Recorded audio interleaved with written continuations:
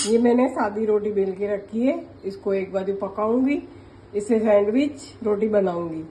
जो बच्चे भी प्यार से खा सकते हैं, जो नहीं खाते होंगे वो भी खाएंगे। एक तरफ ही बनानी है।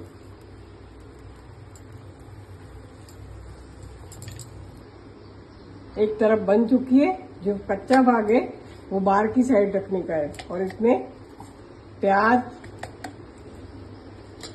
ये मैंने बना के रखा है, प्याज, आलू नहीं, प्याज, टमाटर और मिर्ची हरी, ऐसे सैंडविच की तरह बनने का है। हम इसको ऐसे बंद करेंगे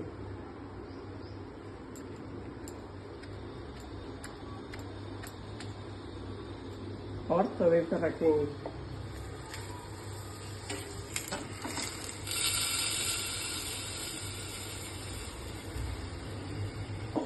सैंडविच रोटी की तरह पकाएंगे।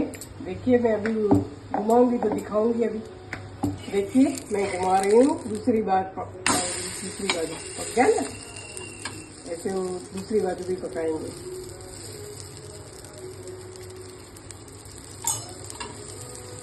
नाश्ते में, खाने में खा सकते हैं।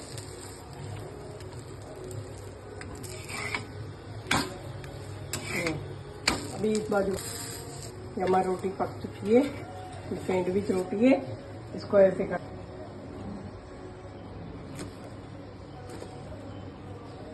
रेडी है।